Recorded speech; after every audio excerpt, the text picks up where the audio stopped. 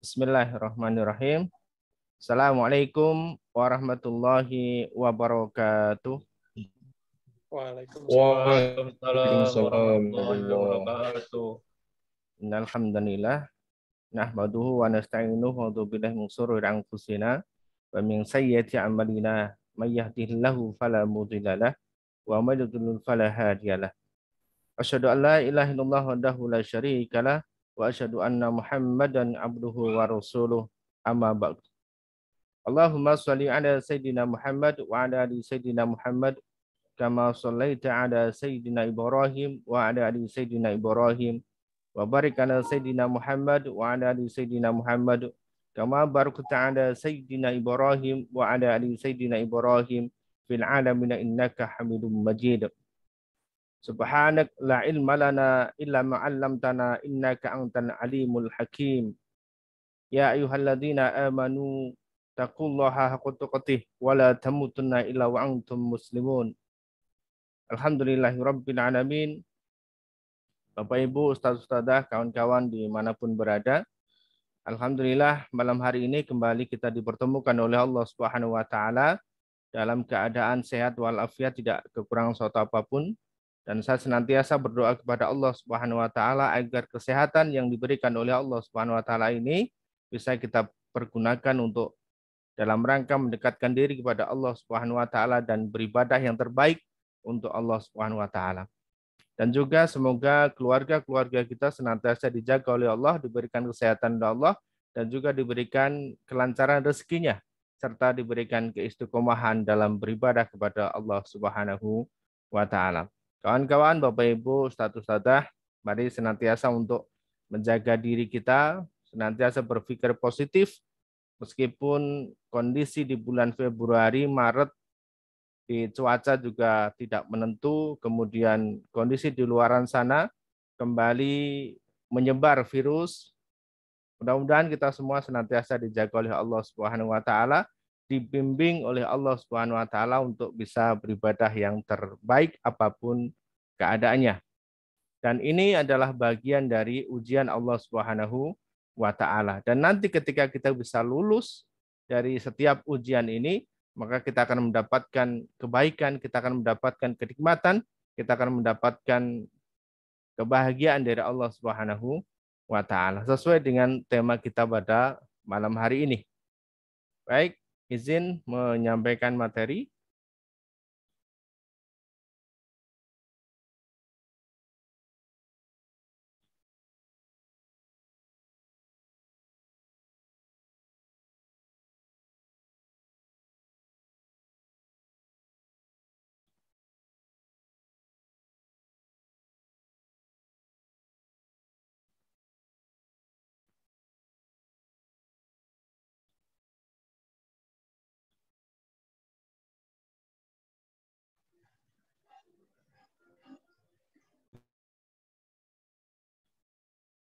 Saya ulang lagi biar pas.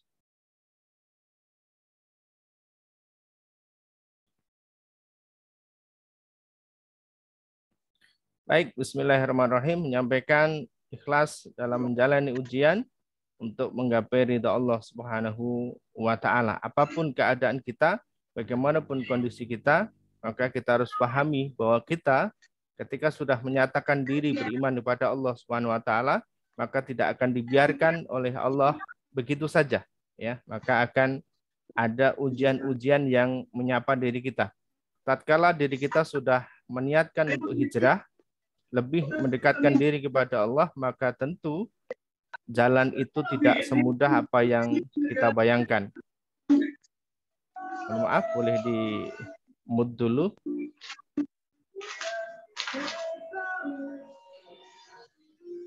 Saya izin ya.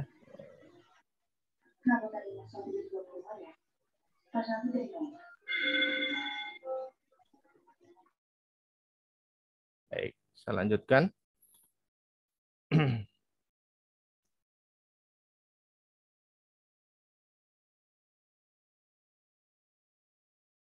Sebagaimana Allah Subhanahu wa taala telah menyampaikan di dalam Al-Qur'an surat Al-Ankabut ayat 2, Ahasiban nasu ayyutraku ayyakulu amanna wa hum la yuftanun. Disampaikan oleh Allah, apakah manusia itu mengira bahwa mereka dibiarkan saja ketika seseorang itu mengatakan kami telah beriman, ya, sedang mereka tidak diuji lagi. Maka setiap iman itu pasti akan ada ujiannya. Setiap diri kita menyatakan beriman kepada Allah pasti akan diuji oleh Allah dengan berbagai macam ujian, ya, dengan berbagai macam ujian. Ini harus kita pahami dulu. Kita harus meyakini bahwa kita pasti akan diuji oleh Allah. Hanya saja nanti bentuknya ujian itu berbeda-beda, ya.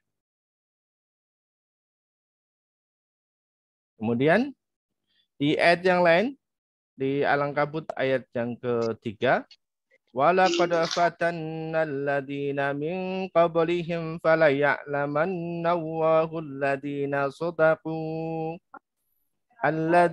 صَدَقُوا وَلَيَعْلَمَنَّ الْكَاذِبِينَ. Dan sungguh kata Allah, kami telah menguji orang-orang sebelum mereka. Jadi orang-orang sebelum kita, orang-orang sebelum Rasulullah itu pun juga telah diuji oleh Allah, ya. Tujuannya untuk apa? Untuk mengetahui mana orang-orang yang benar dan juga orang-orang yang pasti dibanding dengan orang-orang yang dusta. Ya, jadi maka Allah pasti akan mengetahui orang-orang yang benar dan pasti, serta juga mengetahui orang-orang yang dusta. Jadi tujuan daripada ujian itu adalah agar kita itu bisa termasuk dalam golongan yang mana, apakah serius betul-betul kita berhijrah, serius betul-betul kita itu beriman kepada Allah, atau iman kita hanya separuh saja. Iman kita hanya setengah-setengah saja. Tatkala Allah perintahkan begini, apakah kemudian kita betul-betul menjalankan? Tatkala Allah perintahkan begitu, apakah betul-betul kemudian kita bisa menerima ataupun tidak? Hanya sekedar berada di lisan saja. Ya, Allah sudah tegaskan. Jadi kenapa kemudian Allah menguji setiap orang-orang yang menyatakan diri mereka, orang-orang yang menyatakan di hati mereka ada iman kepada Allah Subhanahu wa taala. Nanti bentuk ujian seperti apa? Kita akan selanjutkan, ya. Ujian itu ada dua, seperti pernah kita sampaikan di beberapa kajian waktu lalu, bahwa ujian kebaikan itu agar kita bersyukur.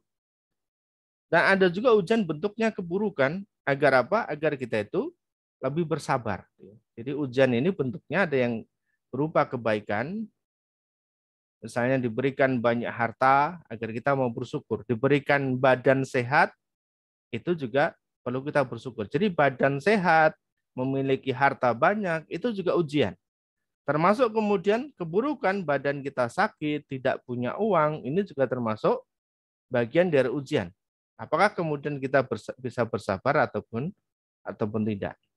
Ketika kita diuji atau seseorang diuji dengan kebaikan oleh Allah Subhanahu wa taala kemudian tidak lulus, dia tidak bisa bersyukur kepada Allah, maka Allah akan memberikan ujian keburukan.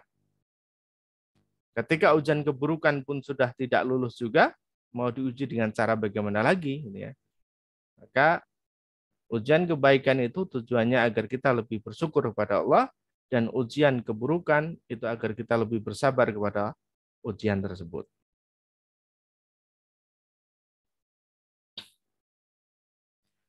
Allah pun juga menguji rasa kita, ya. Rasa kita juga diuji oleh Allah, ya. Rasa seperti apa, ya? Misalnya kita sudah merasa baik, ya, kepada orang lain, tetapi orang lain malah pergi meninggalkan kita, cuek, jutek. Akhirnya apa yang terjadi? Jadi kita merasa sedih dan kemudian kecewa kepada orang lain. Kalau kemudian ini niat kita adalah ikhlas karena Allah, maka tidak akan pernah muncul rasa kecewa, tidak akan pernah muncul rasa sedih karena gara-gara kita dicuekan oleh orang lain, ya. Bisa jadi saat tatkala kita sedang punya banyak harta, orang akan datang berbondong-bondong pada diri kita. Tapi tatkala kita sudah tidak punya harta, orang akan pergi menjauh diri kita. Itu bentuknya ujian. Apakah betul-betul kemudian kita bisa ikhlas menjalani itu semua ataupun ataupun tidak. Di antara kita mungkin barangkali ada yang merasa seperti ini, ya, merasa sedih, kecewa kepada orang lain. Dulu tatkala kita masih punya, kita sering berbagi kepada mereka. Tapi tatkala kita sudah tidak punya, seolah-olah mereka kemudian meninggalkan diri kita. Ini adalah bentuk ujian, kawan-kawan. Ya. Ini adalah bentuk ujian. Ada juga ujian kita dalam bentuk prasangka. Kita bisa saja kemudian berprasangka kepada orang lain, ya, berprasangka buruk, ya. Jangan-jangan mereka seperti ini. Jangan-jangan mereka menjauhi saya karena ini. Jangan-jangan mereka melakukan ini karena itu. Atau kemudian dilanjutkan menjadi putus asa. Ya, jadi prasangka yang kemudian putus asa, ini tujuannya kepada Allah. Saya sudah melakukan banyak ibadah, namun kenapa kemudian doa saya belum dikabul? Saya sudah melakukan ikhtiar ini, tapi kenapa kemudian belum ada hajat saya yang terwujud? Kenapa saya masih punya banyak ujian? Kenapa saya masih punya banyak masalah? Kenapa hutang saya belum lunas? Dan seterusnya. Seolah-olah pertolongan Allah belum datang. Nah, kemudian kita akan muncul rasa putus asa. Yang diawali dari prasangka kepada orang lain, kemudian kita jadi berprasangka kepada Allah yang memunculkan rasa putus asa. Ini adalah bagian dari ujian. Ya, ini adalah bagian dari ujian, kawan-kawan. Yang berikutnya, kita juga akan diuji tentang mindset kita, tentang pola pikir kita. Teman-teman yang sudah mulai membenerin mindset, mengubah mindset yang menjadi mindset yang benar, mindset yang lurus, itu pun terkadang kita akan digoyahkan oleh mindset-mindset yang seperti ini. Misalnya, kita akhirnya berharapnya kepada manusia.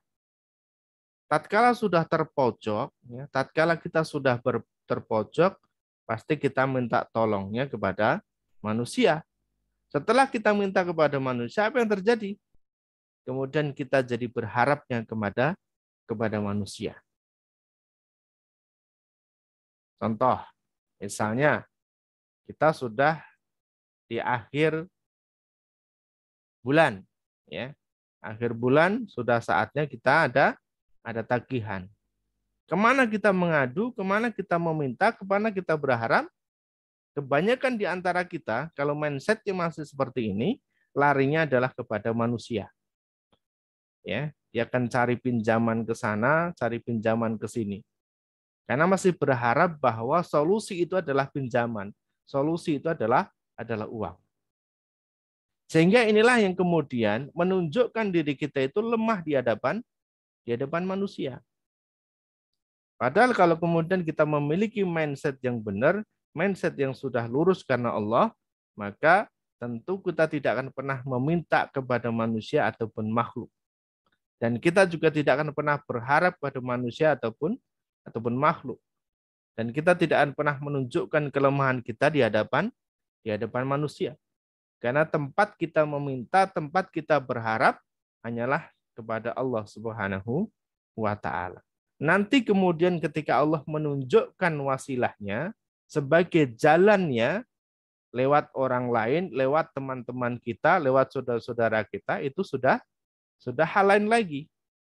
Tetapi sekali lagi meminta dan berharapnya kita harusnya kepada Allah Subhanahu wa taala. Dan ini pun kita akan diuji, ya. Apakah saya harus mendatangi teman si A?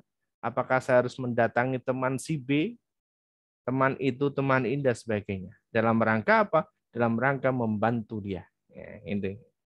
Jadi, teman-teman coba, ketika teman-teman punya masalah, fokusnya kepada manusia, mencari atau berharapnya kepada manusia, maka masalah itu tidak akan pernah selesai. Kalaupun ada solusi, pasti solusi hanya sementara, ya.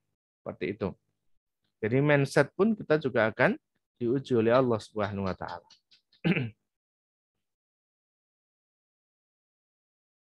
Nah, teman-teman, ini yang kemudian bisa kita jadikan sebagai bahan untuk diri kita mengevaluasi diri kita. Ya. Wa ana ba'luwannakum bisay'im minal khawfi wal ju' wa naqsim minal amwali wal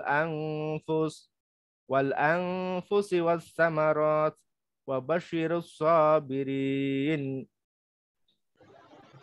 Dikatakan oleh Allah SWT sampaikan di surat Al-Baqarah ayat 155, dan sungguh nih walana ba'luwannakum, dan sungguh akan kami berikan cobaan kepadamu, ya. Dengan apa? Minal khauf, dengan sedikit ketakutan, wal ju'i, dan juga kelaparan, wa naqsi minal amwal, dengan kekurangan harta, jiwa dan buah-buahan, ya.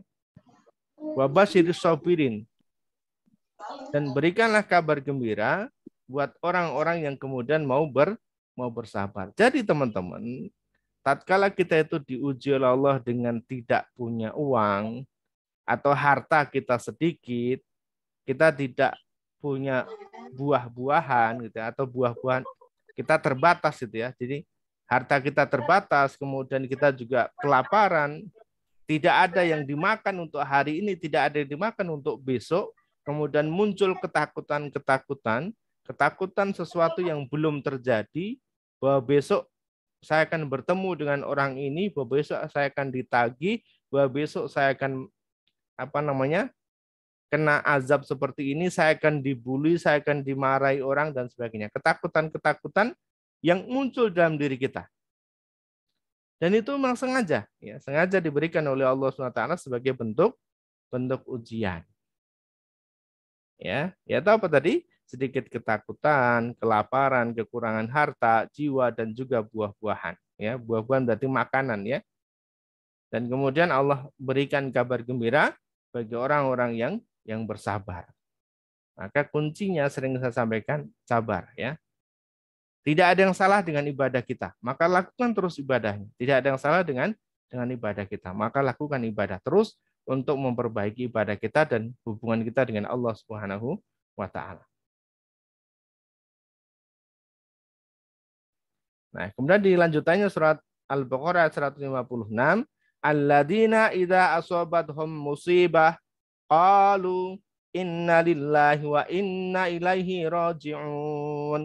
Dan orang-orang yang apabila ditimpa musibah, sedang dapat ujian dari Allah, kemudian mereka mengatakan inna lillahi wa inna ilaihi raji'un, bahwa sesungguhnya kami itu datangnya dari Allah dan nanti akan kembali kepada Allah. Kita itu miliknya Allah, maka akan kembali kepada Allah. Apa yang kita miliki itu hanya titipan dari Allah, maka akan kembali kepada Allah. Semua yang ada di dunia ini asalnya dari Allah dan akan kembali kepada Allah. Sudah sepantasnya, sudah sepatutnya apa yang kita dapatkan maka akan kembali kepada Allah, termasuk ujian. Ujian ini datangnya dari Allah, maka juga akan kembali kepada Allah Subhanahu wa taala. Maka kuncinya adalah sabar, ya.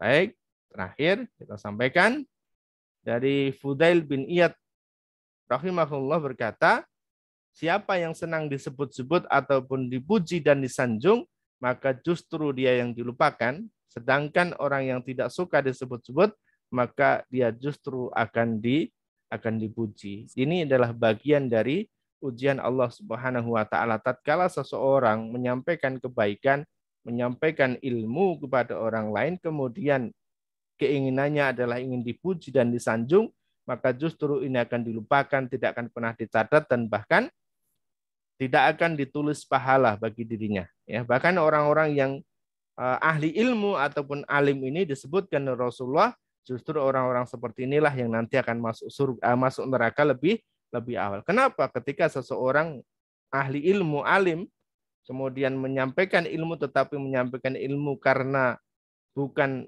ikhlas, bukan karena Allah, ya, bukan karena Allah, ya, maka orang-orang seperti inilah nantinya akan pertama kali masuk dalam nerakanya Allah Subhanahu wa taala. Maka mohon doanya teman-teman, ustaz-ustaz semua, agar kita semuanya senantiasa diberikan keikhlasan, keistiqomahan oleh Allah Subhanahu wa taala untuk saling menyampaikan, saling menasihati dalam kebaikan dan juga dalam kebenaran. Tentu setiap kita juga punya salah, tentu setiap kita juga punya kekurangan, maka tugas kita adalah saling mengingatkan, ya. Saling mengingatkan antara satu dengan dengan yang lainnya. Wa tawassaw bil haq wa tawassaw bis sabr. Baik, kawan-kawan Bapak Ibu yang dirahmati Allah Subhanahu wa taala. Materi malam hari ini tidak panjang karena kita ada tamu ya. Malam hari ini insyaallah ada tamu Bu Retno ya dari Boyolali. Insyaallah beliau nanti akan berbagi cerita dengan kita semuanya ya, pengalaman beliau bagaimana berinteraksi dengan Quran, kemudian kisah beliau ya kemarin sempat kita share sedikit. Nah, malam hari ini teman-teman luar biasa spesial, kita akan ditemani oleh beliau ya. Kita akan berbincang-bincang dengan beliau. Saya sapa dulu. Assalamualaikum Bu Retno. Waalaikumsalam warahmatullahi wabarakatuh. Ya, Bu Retno sehat ya? Alhamdulillah. Alhamdulillah sehat ya. Seperti yang kami janjikan teman-teman ya, pekan kemarin insyaallah, dan pekan ini beliau bersedia hadir untuk berbagi dengan kita semuanya terkait dengan pengalaman beliau kemarin menyelesaikan hutang yang 1,6 M. Ya, itu nanti boleh diceritakan Bu Retno. Boleh diceritakan dulu aktivitas hariannya apa nih Bu Retno? Saya itu usaha di bidang konveksi. Di bidang konveksi ya. Iya, produksi baju. Lebih spesifiknya apa ini Bu Retno? Bikin gamis, kerudung pakaian wanita ya. Oh, by order J. By order sama saya bikin produksi, saya tawarkan ke toko-toko kayak gitu. Oh begitu ya.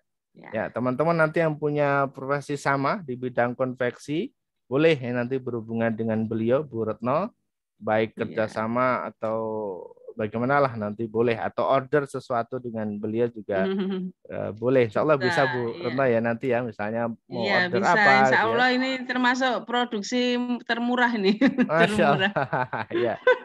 Teman-teman ya nanti boleh silakan murah. Nanti komunikasi lebih dengan murah beliau. dari grosir kan, langsung produksi langsung kita. Baik, boleh. Nah, boleh diceritakan Bu Retno ini bagaimana kemarin bisa selesai 1,6 miliarnya, langkah-langkahnya seperti apa yang diambil, tentu ada negosiasi ya. Terus kemudian saya dapat kabar lagi setelah dapat sertifikatnya kemudian dapat orderan lagi hampir 1 M ya. Nah, coba boleh diceritakan Bu. Ya, awalnya kan memang hutang itu dari 4 miliar ya, 4 miliar kan istilahnya namanya pedagang kan mindsetnya kemarin kan kalau nggak utang bank kan nggak bisa jalan. Iya, betul, akhirnya kan utang bank itu dari sedikit lama-lama top up lama-lama tersadar di total 4 M itu hampir seperti orang gila. Masya Allah. Awalnya seperti itu. Iya. Awalnya linglung gitu Ustadz. Aku linglung, sholat tetap sholat, tapi sholatnya kan gini, istilahnya sholatnya cuma kayak seperti kewajiban gitu loh. Al-Quran juga nggak bacanya cuma nggak kayak sehabis tersadar gitu kan, karena mungkin karena riba itu kan jadi obsesinya kita dunia terus. Iya. Jadi istilahnya misalkan kita udah punya mobil jazz, pengennya Alphard kayak gitu loh, dikejar terus nggak ada habisnya. Bahkan dalam sholat pun kan barangkali kita ingatnya juga dunia Ibu ya. Iya, ingatnya dunia karena udah pikirannya kan mengejar pengennya dapat yang lebih gitu.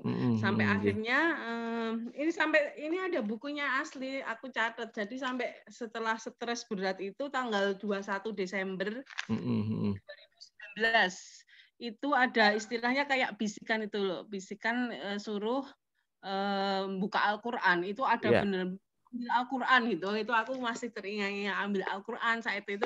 Ini Al-Qurannya masih sudah. Jadi saat itu suruh buka Al-Quran, suruh dari awal. Jadi dari awal yang Al-Fatihah itu aku suruh baca. Jadi baca Al-Fatihah itu sama artinya, Ustaz. Jadi sama artinya, dan saat itu setelah aku benar-benar baca dari Al-Qur'an itu sama artinya, aku urut-urut terus, itu akhirnya bisa berdoanya itu bisa berurai air mata semua, istilahnya seperti terbuka gitu loh, terbuka. Betul. Saya urutkan, akhirnya menemukan kembali istilahnya tujuan hidup gitu. Iya, alhamdulillah.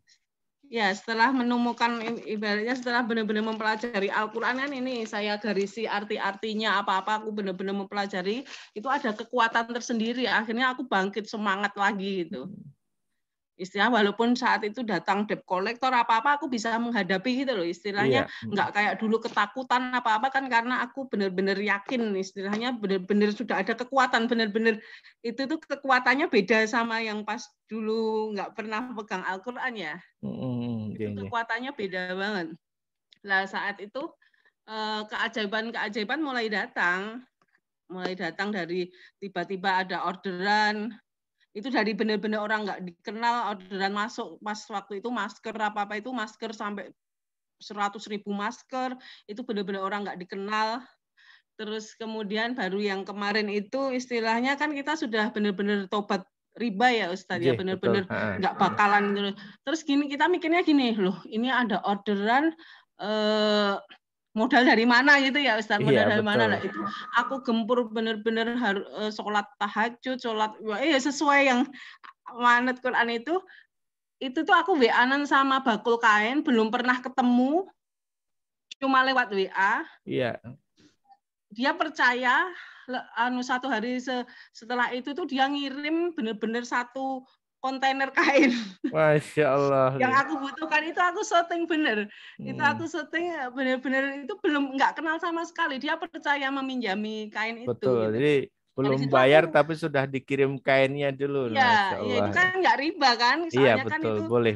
itu kan nggak riba kan. Yang penting aku minta pertolongan Allah, modal dari mana kan udah nggak mungkin aku hutang bank. Iya, nah, itu aku bener-bener lewat WA belum pernah ketemu sama sekali, cuma lewat WA, ini rumahku ini aku produksi gini-gini, langsung dikirim kainnya itu. Langsung aku bisa kebut produksi kan, itu produksi pesanan-pesanan itu, habis itu yuk jalan kembali usahanya gitu. Alhamdulillah. Nah, yang itu lagi apa? Yang utang yang miliar itu kan istilahnya kalau ngumpulin apa-apa kan lama, atau kita kan harus lepas riba segera ya. Itu akhirnya mungkin gini, Allah istilahnya gini, kan aku ada ruko yang pinggir jalan itu 3 ruko. Istilahnya ruko itu kan kita kayaknya sayang gitu ya, istilahnya jangan dijual aja, jangan dipertahankan istilahnya. Kadang orang masih megang betul ya, masih dipegang betul itu ya. Iya, istilahnya kalau kita pertahankan harta yang kita cintai kan malah Allah mengujinya dari situ. Akhirnya kita benar-benar ikhlas, ini harus dijual untuk menutup semua hutang riba saya kan itu. Akhirnya kita ikhlas untuk menjual gitu. Karena apa, deadline ada keajaiban lagi, deadline dari bank itu Ustadz itu tanggal berapa, aku WA Ustadz itu loh. Iya, pokoknya betul, kalau tanggal berapa sih kemarin, Desember ya. Desember ya, sebelum 2022 kalau bisa mengembalikan kan hutangnya itu sisa pokok 1,2 sama bunga-bunga kan total 1,6. Nah, itu kemarin perjuangan istilah melobi dan sebagainya, akhirnya itu bisa putus di angka 810. Iya, Masya Allah. Ini atas pertolongan Allah juga itu. Ya. Betul, di bawah pokok 810 juta harus ada di bulan Desember sebelum 2022. Nah, itu kan dari mana sekarang uang 810 juta? Aku cerita ke teman-temanku, yang maksudnya ada nggak yang punya uang segitu, kan malah ditertawain toh. Iya, 810 dikira 810.000, 810 juta, semua pada shock kan Ustaz Said itu. Apalagi di saat pandemi seperti ini ya, Masya Allah.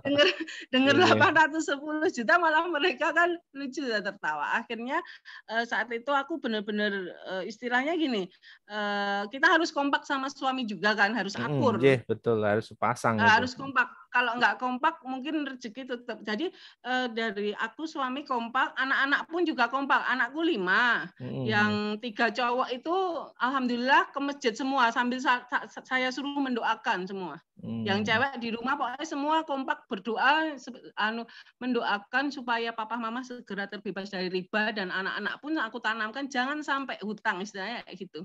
Anak-anak semua berdoa semua. Pada waktu itu kan harus mencari uang segitu kan harus jual ruko ini kan Ustadz. Betul. Saya kan lihat sama Ustadz kan, Ustadz ruko ini harga pasaran normal 3 miliar kan gitu. Iya betul. Kemudian harga standar karena corona kan jatuh kan 2 miliar, tapi kan harga cepet-cepet Ustadz seomong-omongnya dia, senawar-nawarnya dia 1,5 M aku ikhlaskan. Ibaratnya kita nggak perlu mikir wah aku rugi segini-segini, karena kita benar-benar ikhlas melepas agar bebas riba. Akhirnya cuma dibeli 1,5 miliar saya kasihkan, kan cuma waktu 1-2 hari nyari orang 1,5 miliar dari mana Ustadz kalau nggak pertolongan dari Allah. Dan kemarin kabarnya kita masih boleh menempati ruko itu. Ya. Nah, ini luar biasa lagi. Masih boleh kan, ini ada ujian lagi Ustadz, kan masih boleh ditempati selama 2 tahun. Iya betul. Kan itu 3 ruko, tapi akhirnya kemarin itu ada suaminya diminta yang 2 ruko. Oh gitu, Masya Allah ya. Ya tapi itu kan ujian kan Ustadz, istilahnya gini, aku nggak marah nggak apa, Pak ini mesti iki istilahnya Allah itu kan tetap menguji lagi nih. Iya, Pak nggak apa-apa Pak diminta 2 ruko nih, wong ya udah dibeli dia. Akhirnya aku menyingkir aku PPT menyingkir di belakang, sama barang-barang aku bawa ke desa. Pokoknya aku nggak mau ribut sama orang, nggak mau istilahnya pokoknya apa yang terjadi itu aku harus ikhlas itu. Benar-benar harus positif thinking sama Allah, pokoknya harus ikhlas semuanya, harus memperbaiki semua. Sama manusia juga kita nggak boleh berbuat buruk, pokoknya diperbaiki semua kayak gitu. Jadi ini benar-benar cerita yang Masya Allah luar biasa ini. Sangat benar. Akhirnya bisa selesai. Waktu dulu pas belum sesuai dengan aturan Al-Quran kan kita berpikirnya, loh besok bagaimana ya, kita kan kalau negatif kan malah hasilnya belum tentu kan, pada saat kita terjadi kan belum tentu sesuai dengan pikiran kita. Makanya selalu optimis, ada pasti bisa gitu. Pokoknya aku sekarang harus positive thinking, pasti bisa. Dan setelah gini Ustaz, setelah selesai kan kemarin masalah yang penutupan riba itu, istilahnya nggak disangka-sangka gini, aku kan jadi harus semangat nih. Aku setiap nawarin ke toko itu pada mau itu Ustaz, pada mau pulaan, itu cash semua loh. Masya Allah ya. Biasanya kan pada kayak gitu kan ribet diutang ya, itu Mbak, aku mau Mbak di ini nanti setelah aku setor dibayar cash. Itu selang beberapa hari barangku ludes itu benar-benar Mbak kirim lagi kayak gitu. Jadi ya, ini istilahnya benar-benar, maksudnya benar-benar kalau kita benar-benar manut Quran, benar-benar ikhlas dengan ujian Allah, insya Allah tidak mungkin mengingkari janjinya kan. Janji Allah kan pasti kan. Aku megangnya kayak gitu. Dalam Al-Quran Allah janji itu pasti, ketika kita meninggalkan riba akan diganti yang lebih baik. Itu aku pegang betul janji Allah gitu. Ya, istilahnya kalau manusiaan bisa kalau janji ngapusi ya, masuk Gusti Allah kalau janji ngapusi kan nggak mungkin. Betul. Maka tadi kita yang perlu, kita pegang kayak gitu. Betul. Kadang rasa husnudzon kita sama Allah ini yang belum muncul, gitu. Prasangka baik ini yang belum muncul, ya. Dan ini adalah bagian dari ujian tadi yang kita sampaikan. Masya Allah luar biasa sampai teman-teman nanya, loh kok kamu kok bisa ikhlas kehilangan apa-apa lah ngapain cuma kehilangan dunia sekarang itu. Orang lihatnya dikira aku itu kehilangan menjual ini yang dikira sedih, padahal ketenangan itu kan lebih penting ya Ustaz. Setelah tenang kan istilahnya aku usaha lagi kan lebih ini usaha ini lebih beda lah, usaha pakai riba sama enggak itu beda hasilnya. Iya betul. Hasilnya pun insya Allah akan jauh lebih berkah, ya kan. Kalau kita minum itu betul-betul bisa nikmat, kalaupun tidur itu benar-benar bisa nyenyak gitu insya Allah. Jadi kalau ada untuk riba itu kalau kita istilahnya eman-eman dengan barang yang bisa dijual untuk menutup itu ya malah kelamaan ya istilahnya. Iya, betul. Untuk makanya aku ikhlas semuanya, segera bisa usaha kembali, semoga Allah mengganti dengan lebih baik. Amin, Gitu insya aja. Allah nanti betul-betul akan Amin. diganti ya, apa yang sudah kita lepas itu betul-betul akan Iya. diganti. Karena memang ini adalah asalnya dari Allah dan akan kembali lagi kepada Allah. Ini Iya. semua kan hanya titipan saja. Apa yang kita pakai ini Iya. juga titipan. Saat nanti kita nanti Iya. meninggal dunia, yang kita pakai pun juga akan kita tinggalkan, Iya. tidak akan kita bawa masuk ke dalam liang kubur. Baik, Iya. terakhir Bu Retno, ini pesan buat teman-teman ini yang saat ini sedang proses hijrah, saat ini sedang proses untuk menyelesaikan amanah dan juga hutang-hutang mereka, ini apa ini Bu Retno? Intinya ya kalau yang saya lakukan kemarin begini, misalkan kita kan manut yang Quran itu, selain manut di situ kita harus memperbaiki semuanya, istilahnya memperbaiki hubungan dengan suami. Iya. Biasanya kan kadang kayak gitu cekcok kayak gitu kan. Kita harus kompak suami, keluarga. Kita cek lagi orang tua. Kita cek lagi siapa yang pernah kita sakiti, istilahnya kayak gitu. Betul. Jaga, pokoknya kita harus menjaga diri, jangan sampai kalau wanita sih sering gibah itu dihindari. Pokoknya kita menghindari hal-hal yang menghambat rezeki gitu aja. Betul. Sama optimis, jangan ini. Kadang kan memang dulu pas nggak tahu aturan gitu kan kita berpikir besok ya ditagih iki besok gimana kejadiannya itu kan pikiran negatif. Iya betul. Itu malah nggak bagus toh. Setelah kita menjalani hari besoknya itu buktinya kita masih hidup, masih bisa makan, masih apa kan nggak tahu. Iya betul, dan ketakutan itulah yang seringkali menghantui kita. Kita sering berpikir negatif, besok saya akan begini, dan Allah itu bersama dengan prasangka hambanya. Akhirnya itulah yang terjadi besok hari gitu. Iya. Tapi kalau kita berpikir positif, insya Allah positif itulah yang akan terjadi di esok hari. Iya. Sama baik, yang gimana, itu kalau apalagi? menghadapi bank-bank itu jangan takut. Istilahnya kalau kita seperti lemah itu nanti malah ditekan dari pihak bank. Kita harus berpenampilan seperti kita itu memang bisa membayar gitu, meyakinkan mereka. Jadi kita kalau takut itu nanti semakin ditekan. Tapi kalau kita berani, aku bisa bayar apa-apa, dia malah yang takut itu. Iya betul. Istilahnya seperti itu. Baik, oke, Masya Allah luar biasa ini. Terima kasih Bu Ratna ya sharingnya pada malam hari ini. Perlu saya garis bawahi tadi ya. Yang pertama adalah teman-teman harus manut sama Quran ya, kembali kepada Quran, interaksi dengan Qurannya diperbanyak ya. Bukan membaca surat-surat tertentu saja, tapi semua Al-Quran dibaca ya, mulai dari Al-Fatihah sampai dengan Anas. Kemudian yang kedua adalah harus kompak dengan pasangan dan juga keluarga kita. Ya, teman-teman yang belum bisa kompak, doakan ya, minta kepada Allah agar pasangan kita juga bisa kompak. Kemudian selalu optimis ya, berpikir positif, husnudzon sama Allah. Kemudian termasuk kita juga harus mulai meninggalkan dosa-dosa kita, baik itu dosa kecil, termasuk hal-hal kecil, ghibah ya. Ini termasuk dosa tapi kecil ya, tapi insya Allah ketika kecil-kecil ini terus dilakukan secara terus-menerus, maka akan jadi dosa besar juga. Dan yang terakhir adalah hadapi hidup ini, jangan takut ya, apapun yang terjadi berpikirlah positif, karena insya Allah yang akan terjadi esok hari itulah apa yang kita pikirkan hari ini. Baik kawan-kawan, Bapak Ibu, Ustadz Ustadzah, materi kita malam hari ini selesai, nanti kita sambung dengan sharing dan diskusi kembali. Assalamualaikum warahmatullahi wabarakatuh. Waktu saya kembalikan ke Guswi. Waalaikumsalam warahmatullahi wabarakatuh.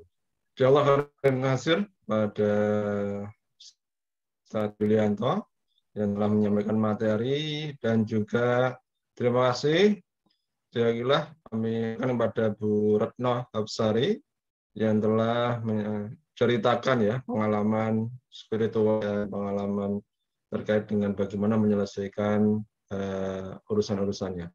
Baik, Bapak Ibu sekalian, kita akan masuk ke sesi selanjutnya, yaitu tanya jawab dan sharing ya. Jadi Alhamdulillah ini kita luar biasa ya, Masya Allah mendengarkan ceritanya Bu Retno ini ya. Mungkin nanti bisa bertanya langsung ya, biar nanti beliau juga bisa menjawab ya. Mungkin ada yang hal yang sama gitu kan. Kalau kemudian yang menjawab itu adalah yang menjadi pelaku langsung, nah itu kan bisa lebih mantap kita mendengarnya, misalnya seperti itu. Baik, kami berwaktu bagi Bapak Ibu yang ingin bertanya, kami persilahkan sambil kita bacakan pertanyaan-pertanyaan yang sudah tertulis di chat room ya. Baik, ini sudah ada yang menuliskan di ruang chat. Ya, pertama dari Pak Listo. Assalamualaikum Pak Ustadz, dulu pernah berharap naik pangkat dan kebetulan tapi kemudian tidak pernah kesampaian sehingga saya kecewa dan takut untuk berharap lagi. Saya nggak mau berharap apa.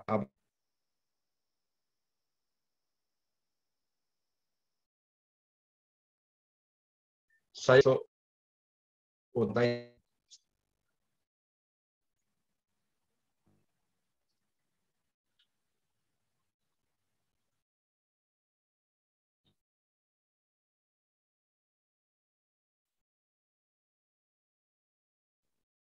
Suaranya nggak ada ya? Ya, mungkin jaringannya beliau nih terputus ini. Coba saya lanjutkan ya. Tadi ya.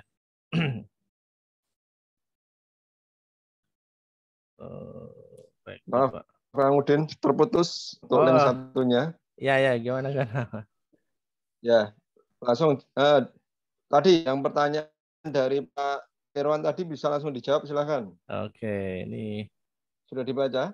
Ini berharap apakah saya salah kalau saya nggak mau berharap apa lagi? Oke, baik, Pak Irwan ya. Mudah-mudahan Allah menjaga beliau dan juga keluarganya. Jadi, terkait dengan pangkat, teman-teman, Bapak, Ibu, Ustadz, barangkali Allah punya keinginan yang jauh lebih baik dari ini, gitu ya. Bisa jadi tatkala kita kemudian dinaikkan pangkatnya oleh Allah Subhanahu wa taala, kemudian kita dalam hal ibadah bisa jadi berkurang. Maka Allah kemudian tidak naikkan pangkat kita. Jadi ada kebaikan-kebaikan yang itu tidak akan hilang dari diri kita manakala kita tidak dinaikkan pangkatnya oleh Allah Subhanahu wa taala. Dan berdoalah kepada Allah, berikanlah alasan kalaupun kita ingin naik pangkat, maka berikanlah alasan bahwa dengan kita naik pangkat itu bisa menjadikan kita jauh lebih dekat kepada Allah, jauh lebih bermanfaat kepada orang lain. Contoh begini, kalau saat ini kita atau saya dan teman-teman sekalian menjadi karyawan atau menjadi staf, tentu ucapan kita, kebaikan-kebaikan yang kita lakukan hanya terbatas sesama staf saja. Dan itu pun mungkin barangkali di bagian tertentu. Tetapi kalau kita kemudian sudah naik pangkat menjadi kepala bagian ya, atau kepala kantor begitu, bisa jadi kebaikan yang bisa kita tularkan itu akan jauh lebih besar. Contoh, kita bisa lihat beberapa kasus kemarin, ada seorang kepala polisi, ya, Kapolda, Kapolres, yang kemudian mewajibkan setiap karyawannya ketika waktu sholat untuk meninggalkan pekerjaan mereka dan menuju tempat ibadah. Ketika ini diikuti oleh para bawahan, maka posisi kita, pangkat kita, kedudukan kita sebagai kepala itu jauh lebih bermanfaat ketimbang kita hanya menjadi seorang staf saja. Nah, seperti itu. Karena barangkali saat kita minta kepada Allah itu belum kita ajukan alasannya. Kenapa kita pengen naik pangkat gitu. Maka sampaikan kepada Allah agar tatkala kita naik pangkat itu kita punya harapan tadi bahwa kita berdoa kepada Allah agar jauh lebih bermanfaat kepada orang lain. Orang yang tidak punya bawahan dengan orang yang membawai 1000 orang, tentu kemanfaatannya akan jauh berbeda. ya. Orang yang bisa membawai 1000 orang, dia ucap 1 kali kebaikan, diikuti oleh 1000 orang. Nurut ya, 1000 orang ini nurut, maka insya Allah ini akan pahalanya jauh lebih besar. Dan inilah yang kemudian kalau kita baca di hadis, 3 amalan yang tidak akan pernah putus tatkala ada anak soleh yang mendoakan kedua orang tuanya. Termasuk ini, anak soleh adalah orang atau anak yang kemudian bisa memberikan manfaat jauh lebih besar kepada orang lain. Ini adalah orang-orang yang punya kedudukan. 1 kali ucapannya itu bisa bermanfaat atau bisa dirasakan manfaatnya oleh banyak orang, termasuk pemimpin misalnya. Pemimpin di satu daerah ini juga akan berpengaruh. Jadi seperti itu ya. Tidak ada yang salah dengan doanya tadi, tidak ada salah dengan keinginannya, tetapi sampaikan kepada Allah alasannya kenapa kita ingin naik pangkat. Insya Allah begitu Pak Irwan. Boleh dilanjut lagi Gus? Yang mana lagi Gus? Ini pertanyaan di chat saya terhapus semuanya karena gitu tadi ya? keluar. Mungkin iya dibaca dulu Kang beberapa. Ini baik. Yang masuk ke saya yang Bu Siti ini terakhir. Yang baru-baru masuk. Baik. Ada beberapa tadi pertanyaan saya sudah baca itu terkait dengan ada yang menanyakan terkait dengan riba dan lainnya itu. Ya, ini bawahnya Pak Irwan. Baik, ini dari Bu Siti. Ini Assalamualaikum Ustadz, sesuai yang Ustadz terangkan tadi tentang ujian, musibah dan azab itu bedanya apa ya? Kalau seperti kami ini juga terliutang termasuk apa? Baik, bedanya adalah kalau ujian ini semakin mendekatkan diri kita itu kepada Allah. Kita tuh diuji oleh Allah itu justru derajat kita semakin meningkat. Keimanan kita semakin bertambah. Tetapi kalau kemudian namanya azab, itu semakin ke bawah, semakin jauh dari Allah. Itu namanya azab. Jadi bedanya di situ. Jadi kalau ujian itu kita akan semakin naik, tapi kalau azab justru akan semakin turun, semakin malas beribadah, semakin jauh dari Allah, semakin cuek dengan Allah. Nah, seperti itu. Coba kemudian evaluasi diri kita masuk dalam posisi yang mana dan segera bertaubat, minta ampun kepada Allah Subhanahu wa taala ya, Bu Siti. Dan lagi Bu Janatun, Assalamualaikum Ustaz. Dari tadi lumayan lancar, tapi untuk menyimak cerita pengalaman dari Ibu itu putus-putus nggak jelas. Oh ya, nggak apa-apa, besok bisa disimak rekamannya insya Allah ya.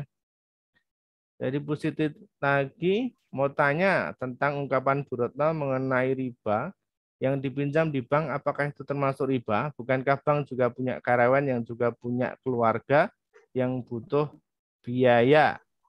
Lalu bagaimana yang bank bisa menggaji karyawan? Maaf, apa bukan yang pinjam dengan perorangan? Ya, oke. Kita sudah sering kali jelaskan teman-teman, saya tidak ingin menyebut bank ataupun tidak bank. Ya. Tapi sekali lagi yang termasuk dengan riba itu ada 2. Yang pertama yaitu adalah kaitannya dengan transaksinya, dengan akadnya, mohon maaf ya, dengan akadnya. Yang kedua adalah dengan transaksinya. Ya. Pertama akad, yang kedua adalah transaksinya. Apapun namanya, apapun lembaganya, apapun mereknya. Ya, saya tidak ingin sebut merek ya. Tapi itu jelas ya. Kalaupun kemudian tadi pertanyaannya ini adalah terkait dengan bagaimana suatu lembaga itu bisa membayar karyawannya kalau tidak menggunakan riba, bisa ya, dengan cara atau dengan jalan jual beli ya, dengan cara jual beli banyak ya. Sekarang beberapa lembaga keuangan ini sudah mulai mengarah kepada transaksi syariah ya. Sudah ada yang namanya syariah itu sudah mulai mengarah ke sana, dan transaksi yang dilakukan pun itu sudah transaksi syariah, sehingga tidak ada riba dan itu bisa tetap juga membayar karyawannya ya. Seperti itu Bu Siti insya Allah ya. Baik, saya lanjut lagi. Sepertinya ini sudah masuk. Ini yang ya? Berikutnya yang sama ya, yang maaf Ustadz kalau kita membuat planning itu sama ya, sama. Oke. Baik, saya bacakan Ustadz. Pertanyaan dari Bu Siti. Maaf Ustadz, kalau kita membuat planning atau rencana untuk esok hari, apakah ini suatu kesalahan, semacam tidak yakin akan rencana Allah lebih baik? Bukankah manusia boleh merencanakan? Ya. Kalau kita tahu semua Allah yang menentukan. Silahkan. Ya, tidak ada yang salah ya. Tidak ada yang salah dengan planning kita ataupun rencana kita ya. Tentu setiap kita boleh memplanning, tentu boleh merencana ya. Pekan depan, 1 bulan lagi, 1 tahun lagi, 5 tahun lagi, 10 tahun lagi itu boleh di planning kehidupan kita mau seperti apa. Kita mau belajar dari mana, mau dapat ilmu di mana, kemudian mau investasi apa, itu boleh. Sebagaimana disampaikan oleh Allah Subhanahu wa taala, katanya adalah Iqra bismi rabbikal ladzi khalaq. Bacalah, pelajarilah, kumpulkanlah ya. Informasi apapun termasuk memplanning diri kita ya. Boleh ya. Yang jadi problem adalah apakah saat kita itu memplanning, saat kita itu merencanakan sesuatu, kita melibatkan Allah ataupun tidak. Perbedaannya ada di situ.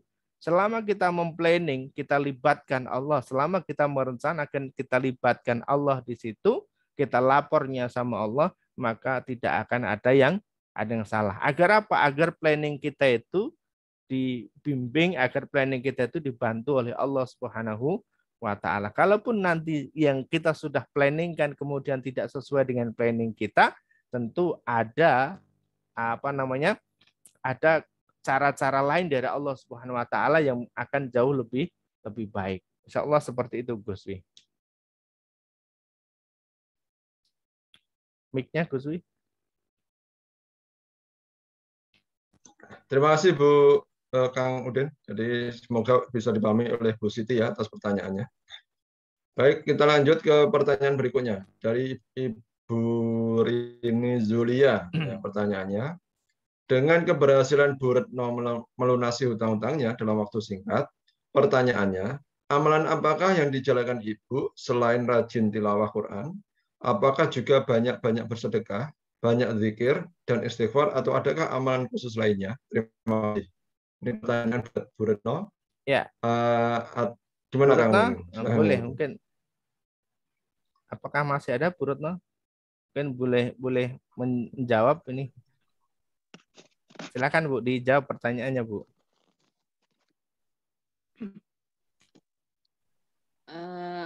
Untuk amalan-amalannya, ini nggak apa-apa Ustaz, ini bukan riak gitu nanti. Nggak apa-apa. Kita berbagi ilmu insya Allah ya.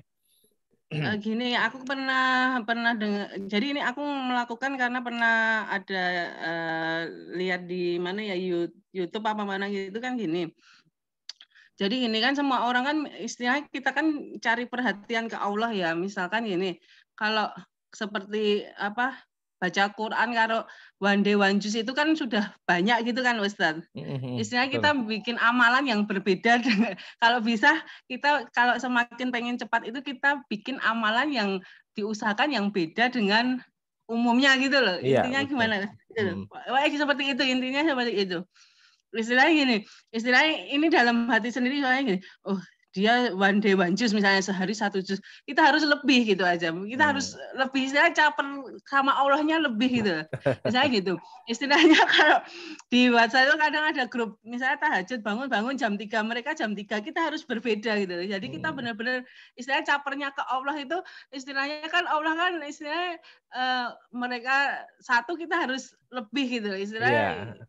Pokoknya intinya lebih caper ke Allahnya harus lebih dari yang lain gitu aja istilahnya. Gitu. Dalam persaingan ibadah kan boleh kan ya Ustadz ya, istilah dalam hati ya. Kayak gitu. Seperti khairat namanya. Gitu. Intinya seperti itu semua. Ya, oke. Baik gitu Gus.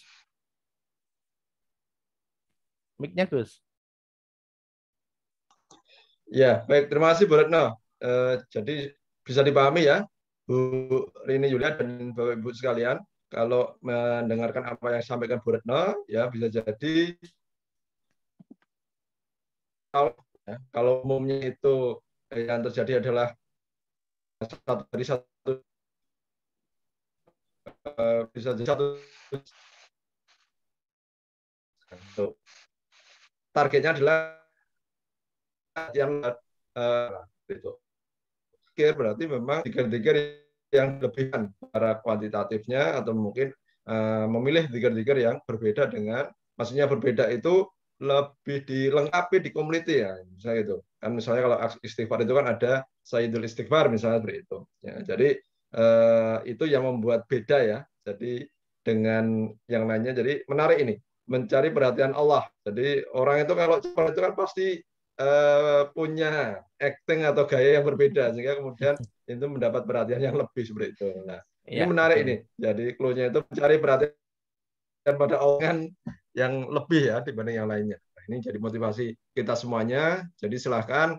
Insya Allah kalau amalan pun bisa jadi hampir sama dengan yang lainnya. Cuma mungkin ya volumenya yang dinaikkan atau kuantitatifnya ditambahi. Nah ini rahasianya. Dan terima kasih Bu Retno, bisa menjadi ilmu bagi kita semuanya. Nah, baik, kita lanjutkan pertanyaan berikutnya dari Pak Edo. SS ya. Assalamualaikum Ustaz, mau nanya langkah-langkah untuk hijrah dari riba. Ini tadi ya mungkin silakan Kang Udin. Ya, oke ya. Yang pertama taubat dulu ya. Taubat ya, taubat kepada Allah SWT, menyadari bahwa apa yang selama ini kita lakukan itu adalah riba dan itu adalah sebuah dosa. Yang kemudian masih jadi ganjalan atau jadi problematika adalah setiap kita belum menyadari apa yang kita lakukan bahwa itu adalah riba. Atau kita tidak mau mengakui atau kita enggan mengakui bahwa kita sedang menjalankan riba. Kita sedang termasuk terjerumus dalam riba. Ya, jadi kita harus betul-betul tobat dulu. Ya. Tobat, mohon ampun sama Allah, saya betul-betul tobat ya. Ingin betul-betul kembali kepada Allah, tidak ingin masuk ke dalam riba lagi. Ya.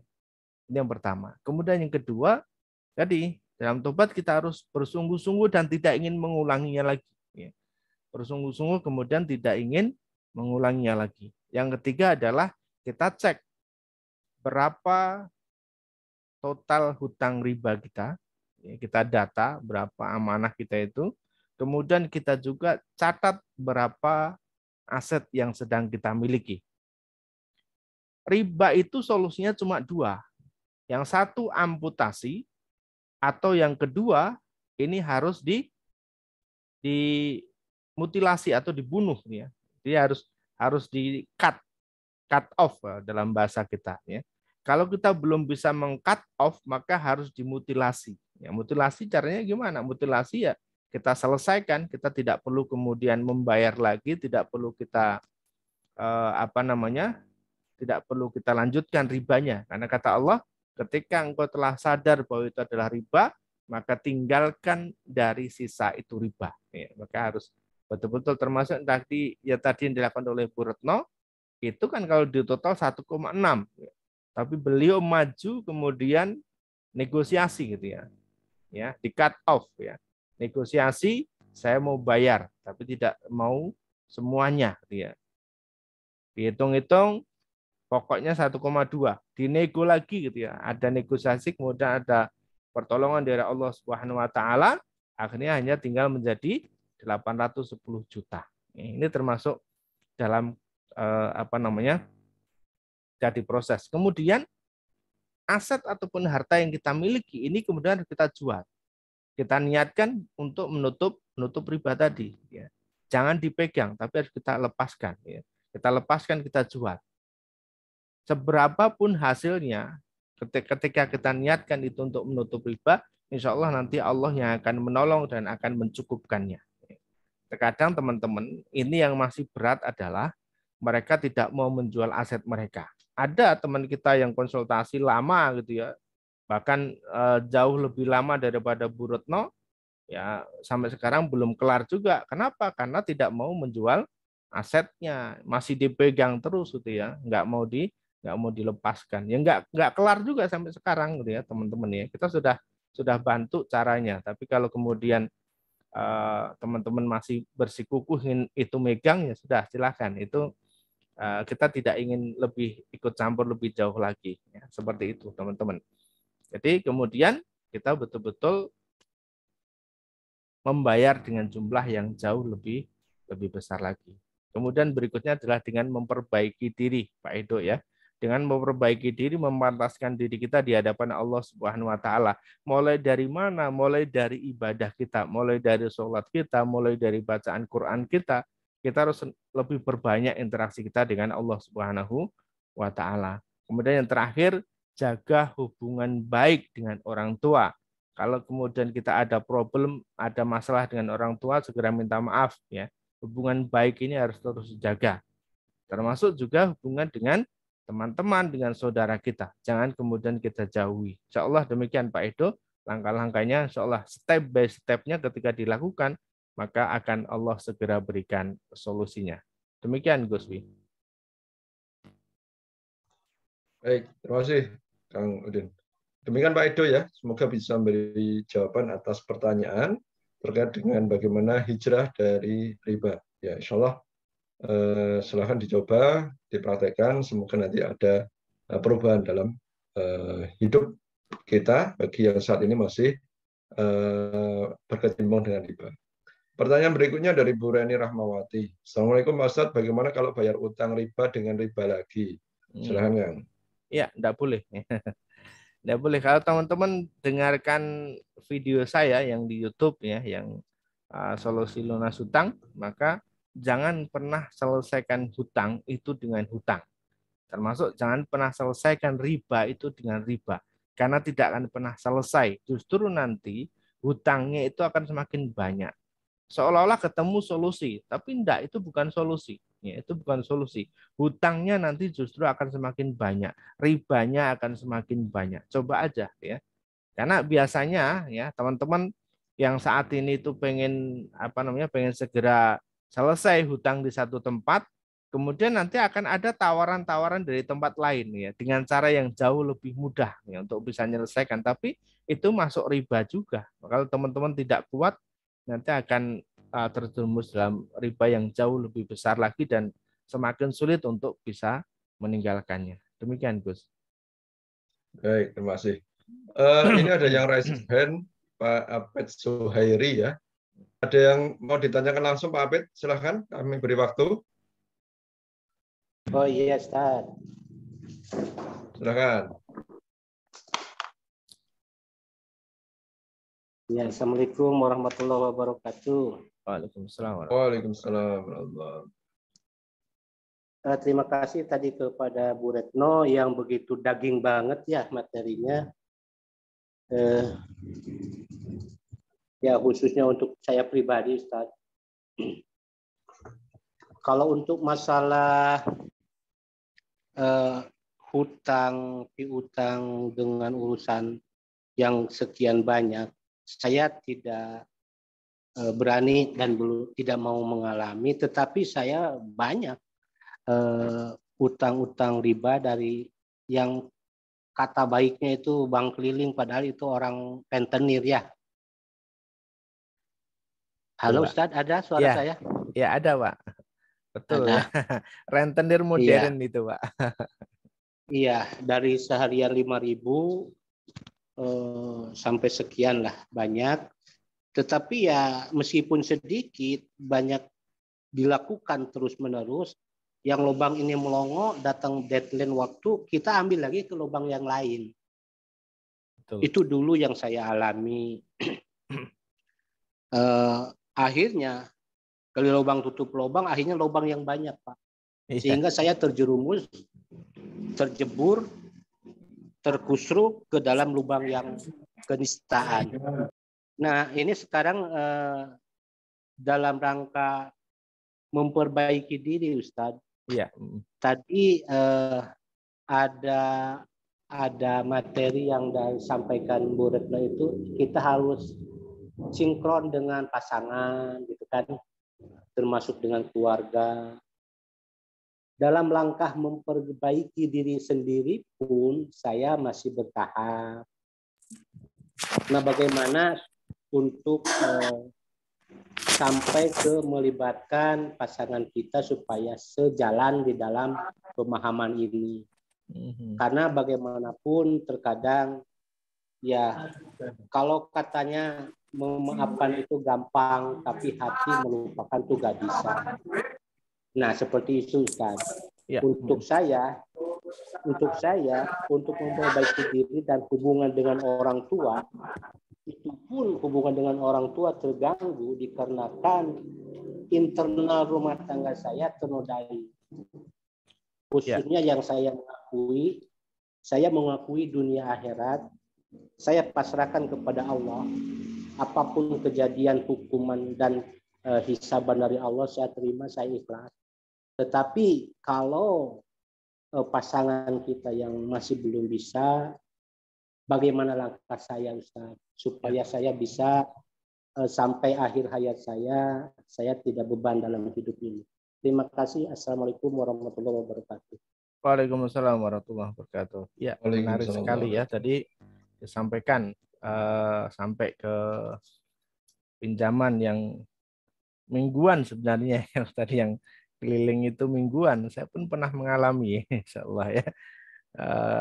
Pinjamnya 1 juta, nanti terimanya 900 karena sudah dipotong 100.000 di awal.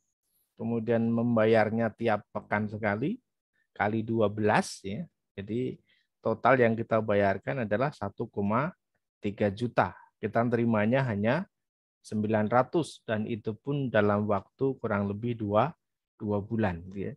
Jadi dalam waktu 2 bulan kita ngasih ke orang lain itu keuntungan hampir 50%. Ini rentenir banget.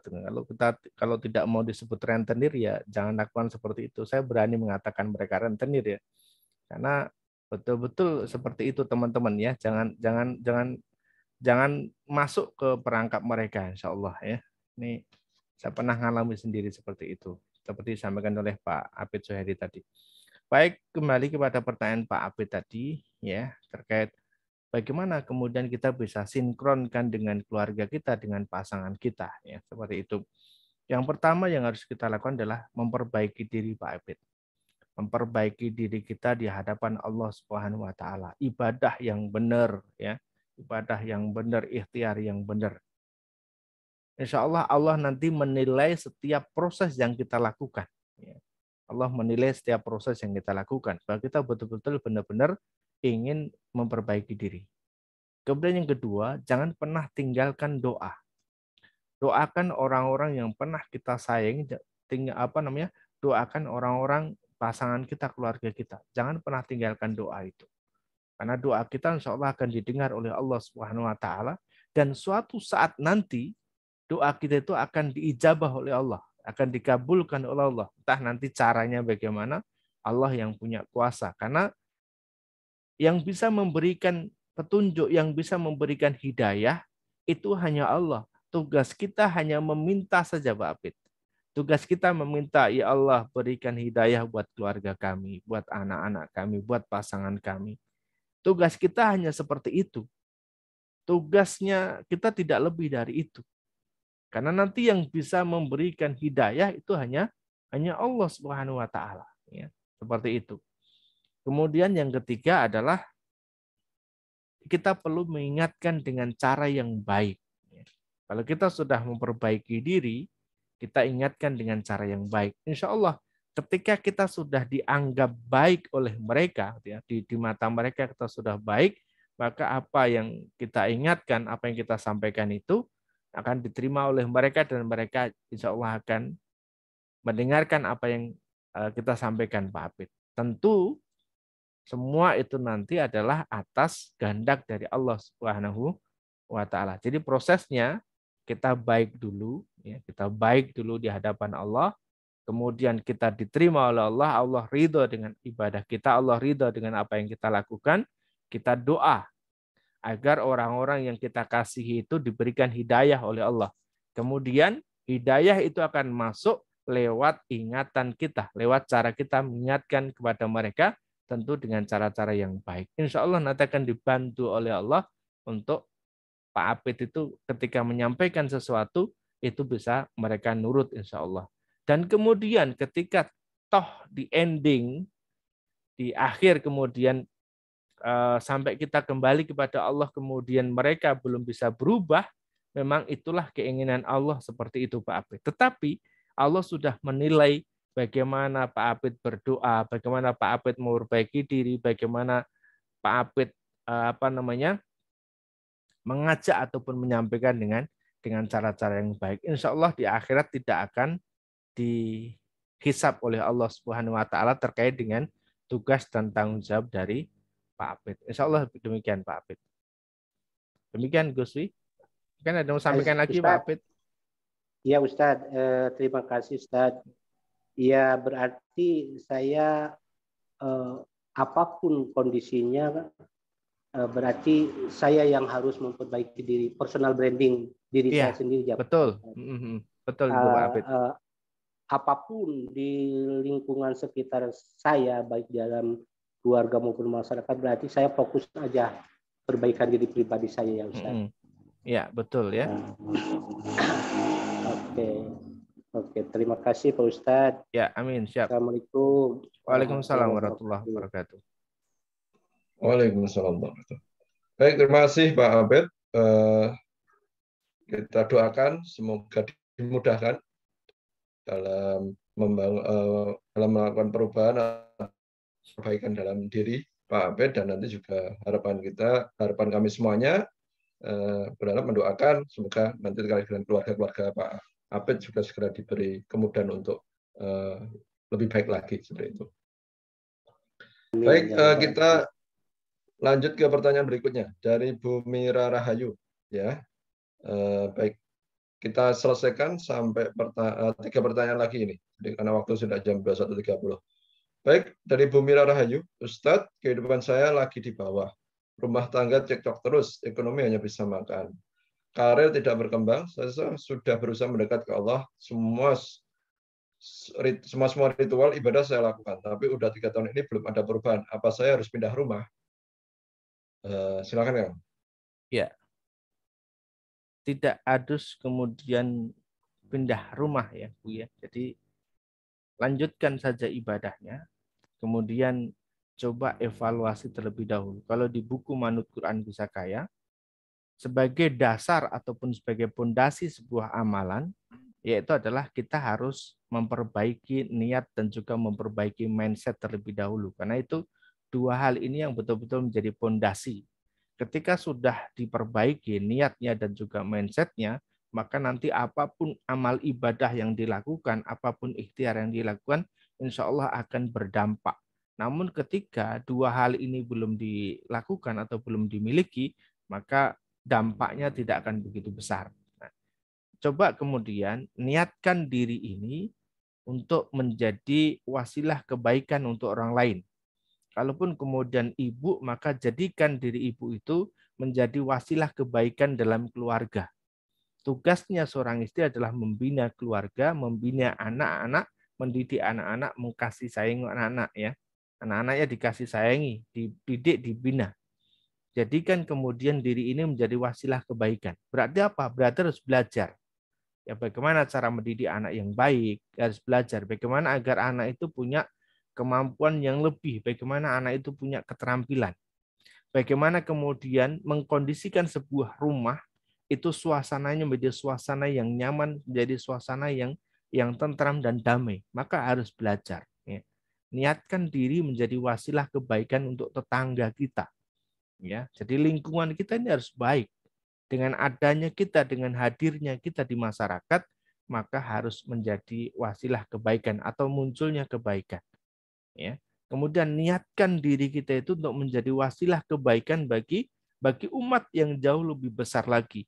Potensi apa yang kita miliki, itulah yang harus kita sumbangkan kepada orang lain. Dengan kata lain, kita harus menjadi hambanya Allah Subhanahu wa Ta'ala, manut dengan Quran, mengikuti perintahnya Allah Subhanahu wa Ta'ala. Itu niat diri kita. Jadi kita niat bukan untuk diri sendiri dalam setiap aktivitas, tapi diri kita sudah kita wakafkan untuk orang lain, untuk keluarga kita, untuk suami kita, untuk pasangan kita, untuk tetangga kita, untuk masyarakat kita. Kita niatkan diri kita untuk menjadi wasilah kebaikan. Kemudian yang kedua, mindset. Mindset, pola pikir kita harus mulai diubah. Hal-hal sesuatu yang kemudian belum terjadi, jangan pernah kita pikirkan itu menjadi buruk. Kita coba kemudian berpikir kepada orang lain itu hal-hal yang positif.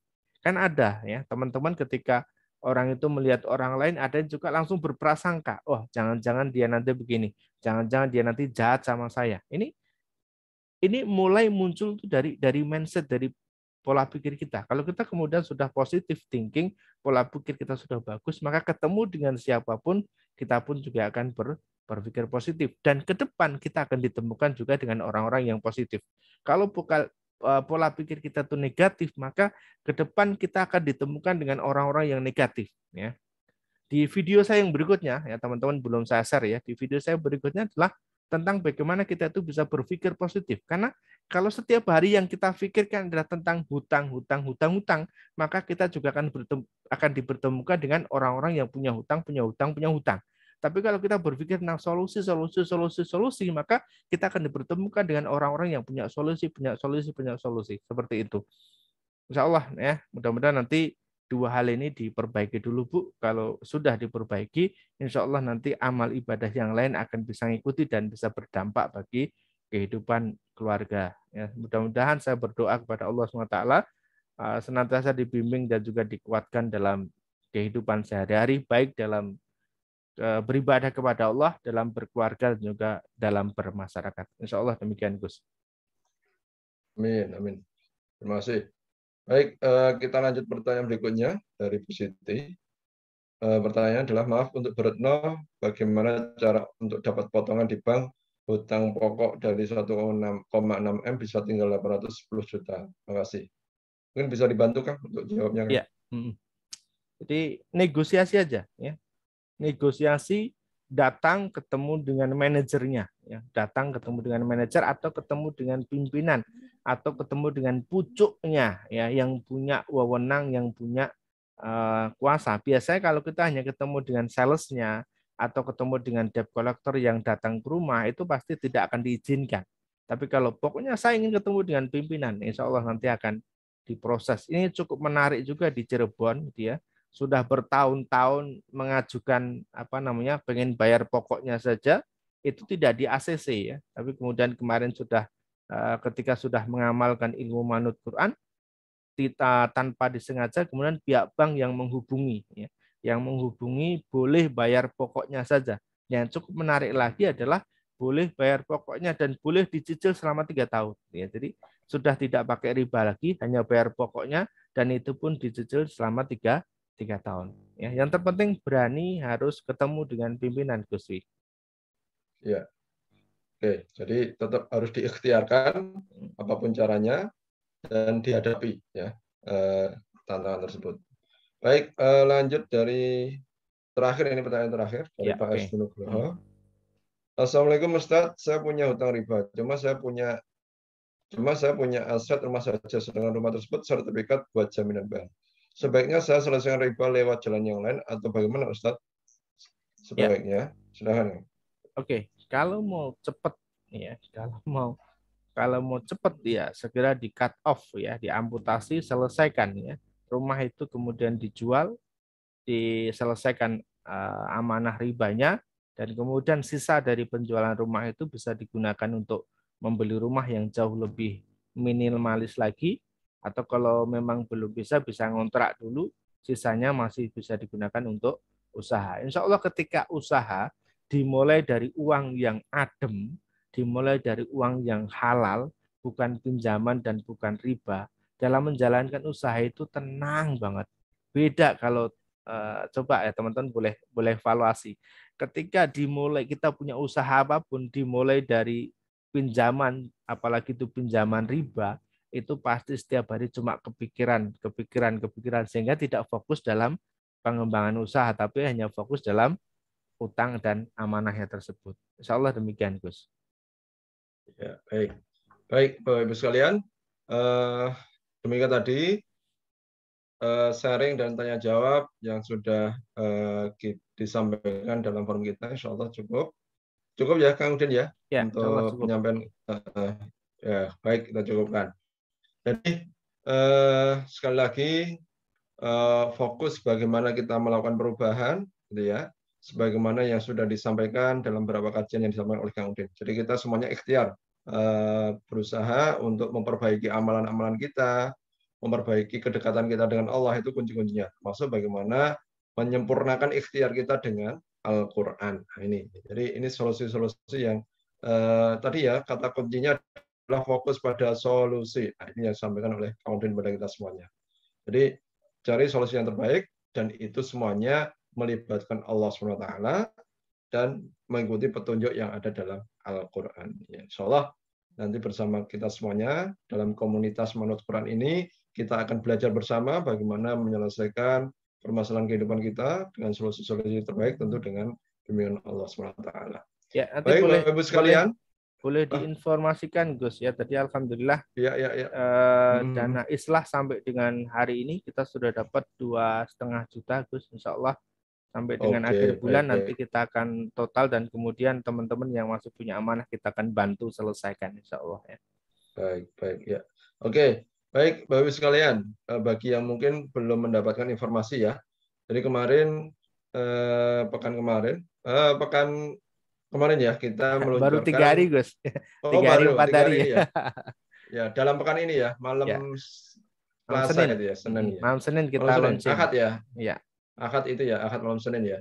Kemarin kita launching program islah ya dari komunitas Manut Quran. Jadi Bapak Ibu sekalian, kita jelaskan bahwasanya saat ini kegiatan kita ini kita wadahi dalam bentuk komunitas Manut Quran. Ya, jadi kita berada dalam satu komunitas di mana kita bersama-sama ingin menjadikan Quran ini sebagai petunjuk kita benar-benar gitu ya. Jadi kita Manut Quran. Kemudian kemarin sepakat dari para anggota komunitas untuk mengadakan agenda yang namanya islah. Islah itu infak subuh, lunas amanah.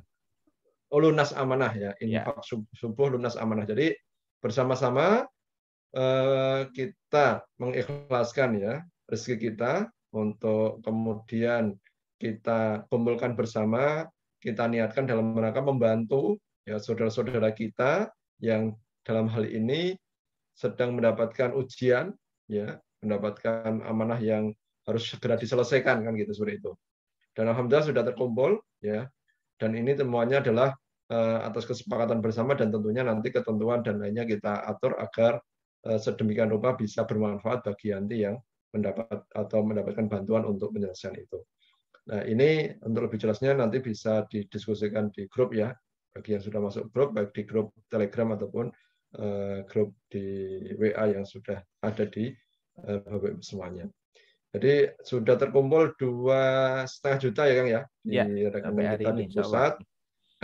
Insya Allah nanti kita coba programkan, dan ini semoga sebagai ikhtiar kita untuk membantu saudara-saudara kita yang saat ini sedang menghadapi upaya untuk menyelesaikan amanah-amanah yang harus diselesaikan. Insya Allah ini nanti bergulir dan berkembang, semoga menjadi amalan kita untuk mencari ridha Allah tentunya, seperti itu. Ini informasi yang pertama terkait dengan islah. Kemudian informasi yang kedua, insya Allah mohon doa Bapak Ibu semuanya, kita akan juga mengawali kegiatan komunitas Manut Quran ini secara offline ya. Jadi nanti kita awali dari pusat kegiatan kami. Jadi komunitas Manut Quran ini kegiatan kami berpusat di tempat tinggal Kang Udin Julianto ya, berada di Klaten, Jawa Tengah. Jadi nanti kita akan mengawali dengan adanya kajian-kajian offline gitu ya, dalam bentuk seminar-seminar yang nanti rencana kami mulai akhir bulan ini kita akan adakan seminar Manut Quran Bisa Kaya ya, yang nanti bisa dihadiri secara langsung ya.